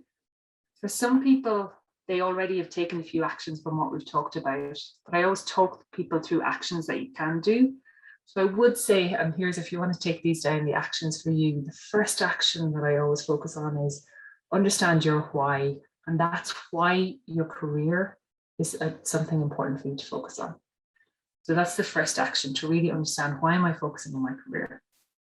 Second action is to get clear on your values, your talents, your strengths, your non-negotiables, and work more on that. Third thing is to have a look ahead and see what ideas come up and explore all of those ideas. don't push any idea away. Invite all ideas in and really start to explore them.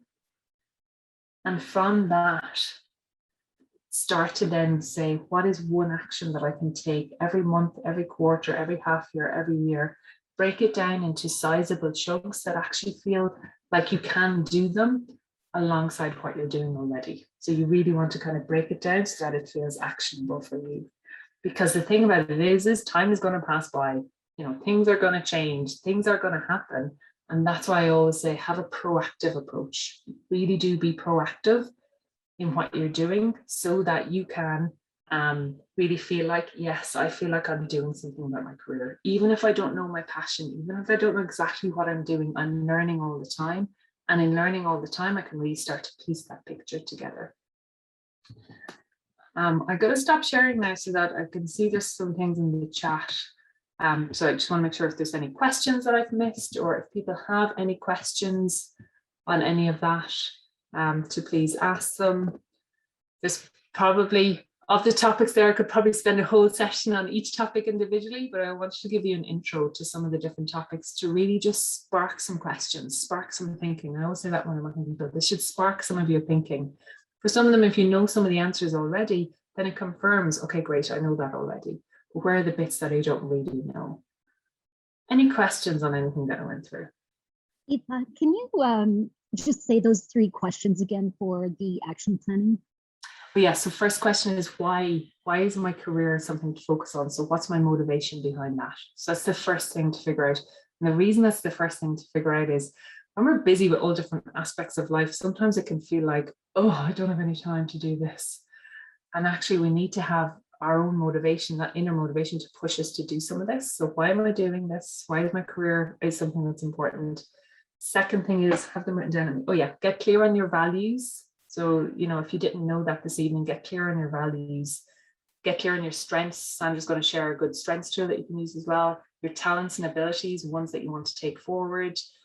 Get feedback from others on your talents and abilities. So start to build up that picture of this is me. This is what I know about myself so far. And here are some of my non-negotiables of things that I want to bring forward into my work. And then do the look ahead into what are some of the things that I know are important to me in my future life. And I do that by career and life. And then from those things that are important, what are some steps that I can take now to bring me closer to those that future life position? Roma, did that answer your question? Yes, it did. Thank you. No worries. Any other questions? If there's no questions at the moment, I don't know if you had like, is there more slides you wanted to share or? No, so I was just conscious of time, Sandra. If you do want to, I have one of the things that people always come to me with is, you know, oh, I'm not happy with this, I'm not happy with that. If you're at a point in your career where you're thinking, oh, I'm not happy with any of these, I do a tolerations checklist, which by fixing some of those small little changes, it can actually take some of the stress off in our career. So if you want that, you can get that either on my website, go to amaresults.com/career coaching, or if you just email info@amaresults.com with the subject checklist, I can send that on to you.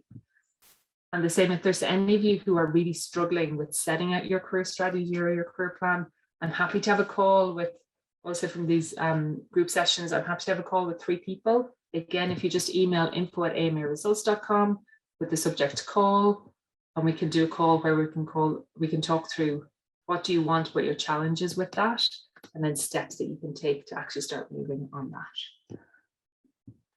And if you do want to, I share a lot of stuff on LinkedIn. So if you want to find me on LinkedIn, I have my, I don't know if you have LinkedIn on your phone.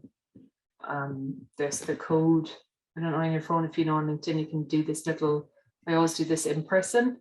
You can this little box, and then if you go to my code and scan, you can scan the code, and then you can connect directly on LinkedIn. And otherwise, I think we had your LinkedIn also linked. Shared on LinkedIn, yeah, exactly. On our posting. So if there's no questions, I mean, if something's coming up, you know, just put it in the chat. Yeah. We have a few minutes left. So first of all, thank you also, Eva. And I think for me personally, you know, what's really helpful in thinking about all these bases, my values, you know, what's driving me, where do I want to go? is actually bringing it very well together. Also, what Alina Dieneke, said, because sometimes just through getting more insights in, and then walking the way and getting there, that you do more what fits your own interests, your values. You actually at some point get that feeling, and you realize that is actually my passion. So coming also back to the don't make it too big for oneself, like, oh my God, I need to know exactly. I'm honestly, I think I'm more on the way there, but I would never say, this is my passion. But I do know what I really love to do. And I do think somewhere in there, I show passion because I love doing it. And that's actually also where and let me quickly share, I just wanted to take, and in regards to time, I'm going to make it very short. And I hope you see the slides. Can you quickly confirm? Anyone? Yeah, not yet. The screen is black. Exactly. The screen is black? Mm-hmm. Yeah. Wonderful. It works well, and we're already so short on time. Hold on, let me quickly try again. Yeah, let me quickly try to Sandra, do you want me to share them? It's the standout strengths. Yeah, if you have it. Yeah, I have it. Yes, standout strength. Yeah, we super. See and then just very quickly, because this is a test assessment. I mean, there's many on the market, but this is one that I actually just have recently done, but I did a training with this guy, Buckingham, who created that some years ago. And it's one of the few trainings that actually stuck with me. So that means something. And I do think it's a great tool that you can make use. Can you go forward? Because I don't want to now spend too much time. So just very quickly to go here, there is of course a lot of these tools out there which can help you, get more insight into, so what's really driving me, what are my strengths, whatever they call it. Some of these you probably know, and I would always recommend you, if you have a chance to do them, because you always can learn something of it. I would never just take it, as is and say that, yeah, that's me. I would always just use it as, an invitation to think about and look at your, life, profession, your feelings, and everything. Does it fit? And is there something in there which maybe I haven't really seen in myself or known about yet? Now, so just very quickly, okay, stop. Sorry. So Marcus Buckingham actually was working with Mr. Clifton at Gallup, and he in the 90s already did a lot of interviews with managers on what makes them successful. So, and he published a book on that in the end of the 90s, which was apparently very successful. And one of the findings was, and I think we all have heard about that over time already, it's really about building upon your strength.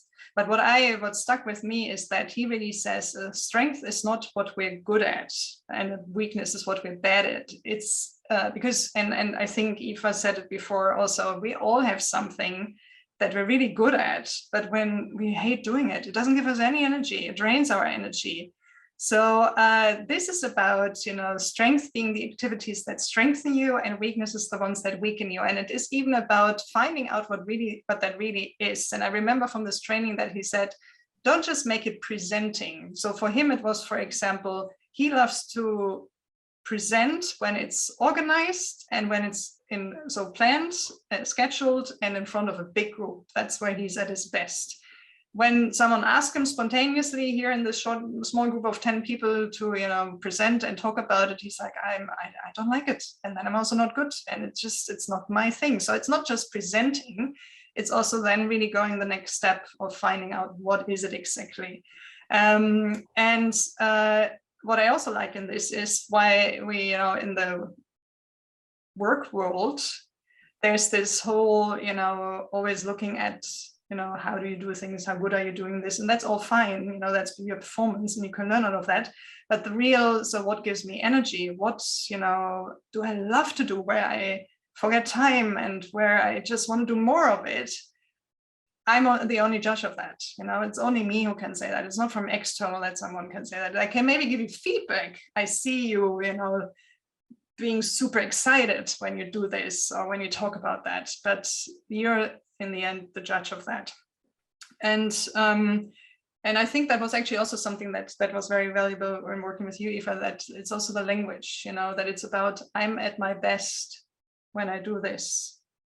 I love doing that. I thrive in this environment, or my energy gets drained when, because that's this whole, you know, that's me. That's yeah, where I'm at my strongest, or where I'm in an environment or in a doing something that weakens me. So his tests that he created actually in 2011, so it's one of the younger ones because many of the other ones are quite old, is really just looking at bringing out these recurring patterns that you naturally have, which, you know, you tend to go to. And then it's about being aware of them and then building up on more on them. And I still also remember from that training that he talked about this research that was done where they sent people to a speed reading training. And there was people who liked reading and people who didn't like reading. And they, you know, looked, did they improve after going to this class? And they all improved. Just, and I'm making up numbers now, the one who didn't like reading, they maybe improved 50%. The one who did like reading improved 300%. Because, you know, it just builds up on what gives them energy, what they like to do. So when you also invest, when you're aware of these strengths, and when you invest in them, you're gonna grow very quickly, you know, and how do you say, much bigger, not good English, too late now.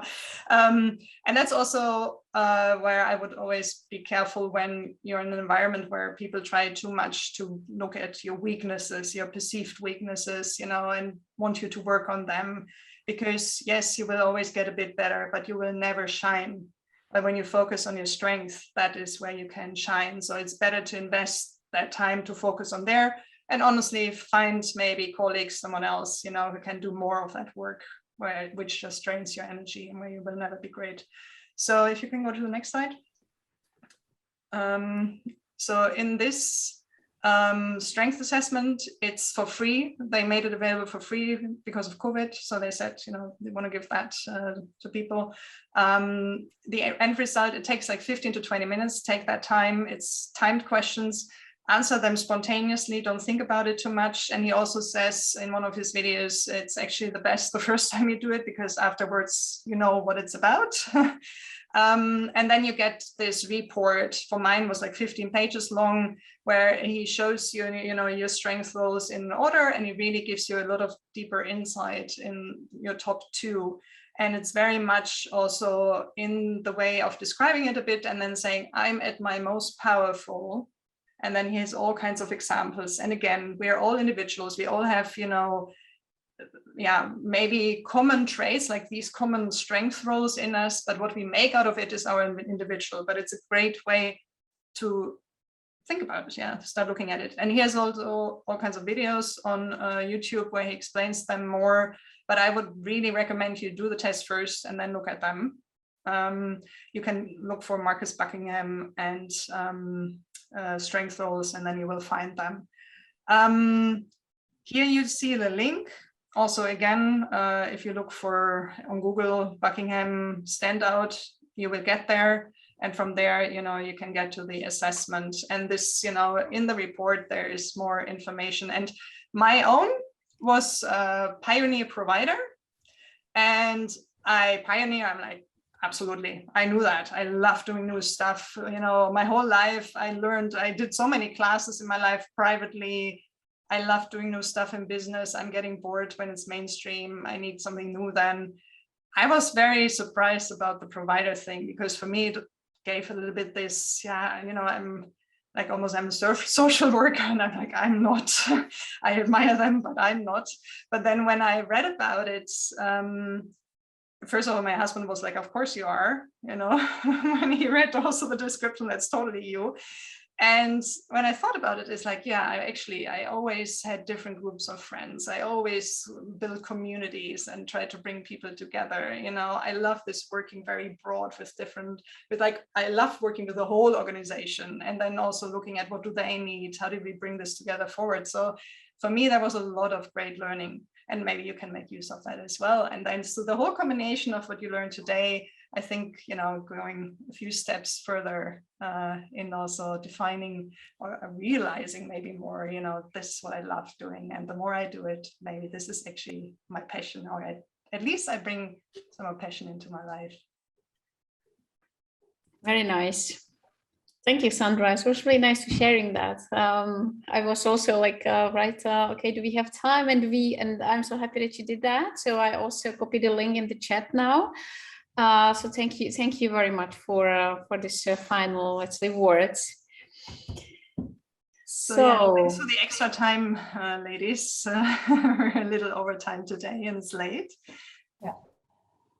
Do we have any questions? We're still looking for volunteers, ladies. So true. Now that we are at the end of the evening, and no one has put their name into the chat yet today, but hoping that we do still have some courageous women on the line with us that are willing to team up and be our volunteers in the next session. Is there anyone willing to raise your hand or put your name into the chat? Cara, can you maybe repeat what is then the task of the volunteers? What do they have to do? Yes, of course. So for those of you that were with us at the start of this evening's masterclass, you heard from 3 volunteers who participated in course number 1, and they teamed up, had a few meetings with each other, and put together a presentation that they shared with you tonight to provide reflections on what they learned in the last class to help pay it forward and share their learning with you. So for them, it was a great exercise because they were able to really reflect on their learning and really think about what that meant for them. And they could share that with you. So you could be connected to what the previous session was. So what we would do is we'd be looking for 3 or 4 of you that would be interested to work together, to team up with each other, to reflect together on what you learned tonight, and to create a short presentation. It's just a few minutes long for each person, and to present that on the next masterclass in November. So that means teaming up and showing up again in the November 3rd session masterclass. And I would be very happy to work with you and give you also some personal professional coaching on the presentation that you're working on for that session. And Martina, I've seen you put your LinkedIn into the chat. Is that meaning that you are volunteering, or is that just sharing your contact details? Would you be the first person? I rather not, since I have a lot of deadlines over here, but I will do the 16th of December. You can put me on for that one. Okay, we will. So that's great. We can hold your name and reserve you for that. Yeah, you can hold that against me. Okay. And I don't know, I don't want to mispronounce your name. Puck. She said she's volunteering. So yeah, wonderful, Puck. Thank you very much. And we need to be able to contact you. Can you either ping me privately your LinkedIn, or a way to get in touch with you, an email or something? Yeah, sure. I'll share my LinkedIn. Thank you. Okay, who wants to join Puck? So now we have one. That means we now need to build a team. So there are a few of you still on the call. I see Laura, I see Anna, Roma, Natalie, Zenep, or Malen again. Jimena, you are free to go. To me, it has been a lot of fun to be a volunteer because, I mean, I had the chance to revisit and work with the things that I needed the most, like the pitch. So I recommend it. Nice. Ladies, don't leave Puck I don't know what is needed for the preparation. It's just that until the 11th of November, I really have no time. So if it can be done really short to the next meeting, then I can do the 18th as well. But I'm not sure if that's feasible when we have to do things together. So Jemena, Malin, Shanil, do you want to comment on how much time was required for you? Think that's doable? We just met because the time coordination was really tough because it's and it was really difficult. Honestly, we just created a WhatsApp chat and we communicated in there, we sent emails, and I think we met like 2 or 3 times. So it's just coordinating and understanding like what you want to present. I think once you do that, you create your template and you know what each person has to say, I think you'll be fine. It's great. You get to work with people and you get to meet some beautiful young women from all over the world. It's a great opportunity. So I really think you should do it. You know, even if you feel like you're uncomfortable with it, just take a chance. And I would even say, I mean, it's a little bit up to you. I mean, of course, you even get more value if you also use this as a like a little discussion group, like Youthly did, to really also share what did we learn. And I really loved how you see Jemena, Malin, and Janelle, you kind of split it up, but it doesn't have to be like that. You can also, give your individual feedback on what did I learn over the whole class. So I would, that's yeah. Don't feel too overwhelmed, that it's like, but it helps, of course. I think there's a double thing in there. And I think Malin also said that, it helps you reflect again. And then also with that, make more use of what you learned today. And it helps it pay forward. So that's, with the thoughts that you share from, and also what we saw today, from what you heard today, everyone has their own way of, what stuck with them, how are they using it, how are they interpreting it, and what do they make out of it. But sharing what that means for you, others will feel like, yeah, actually, right, I haven't thought about that. I thought about it differently, but that's a really good way to look at it as well. Or that's actually good. Like Jimena said, one of the learnings for me, which had actually not directly anything to do with it, I put this in my calendar now. I actually realized I don't take enough time for myself, so I need to put it in the calendar. Otherwise, I'm not getting where I want to go. So, and that's a fantastic learning, which wasn't directly part of the training, but which is a great outcome, which others maybe, can take and say, yeah, I actually should better not want to do that as well, because I have the same problem. So, Martine, you're on. I wanted to do anyhow, but I'll go with Puck. Puck and I will go together at least. So we have 2 for the 18th. That's wonderful. That's great. And Zeynep, I keep looking in your face because others have their cameras off, but I'm looking at you, looking at us, and I'm wondering if you might like to join in as well, volunteer for the next course. Yeah, I was having exactly the same excuse. I'm finishing and I have a big deadline in November, but for the following one, you can just reach me. Yeah, I will be there for following the next round, and I can be volunteered at the following one if you like, or for the 4th one. This is the 2nd one, so there will be a 4th one. So you can put me on the 4th one if you like, but not the next one. Okay, My schedule is quite packed. I'm sorry. That's great. I'll give you the chance to volunteer again when we get to the 18th. Okay, great. So thanks for letting us know. And I think going once, going twice, ladies, and it's getting late, so we don't want to hold you all much longer. But Laura, you've just put your LinkedIn Connect in here. Are you interested to be one of the volunteers with Martine and Puck? Sorry, I missed the beginning of the session, so I don't know what happened there. Maybe I need to join the next one. So I don't think I'm the best person to tell about it, because I only saw part of the last presentation. Okay. Oh, you missed part of tonight. Yeah, I was not able to join earlier. Okay. All right. So then maybe we'll come back to you once we've had the 3rd session. Yes, sure. Okay, thank you. And let me just a quick final round. Natalie, Anna, Roma, we can't see you, but you're still with us, I think. Any of you interested to be a volunteer as well? Lots of silence. Roma, did you just unmute yourself? I did. You did. I would love to, but I have a big tech exam coming up for a course I'd like to take, so I need to keep my nose in my book for that.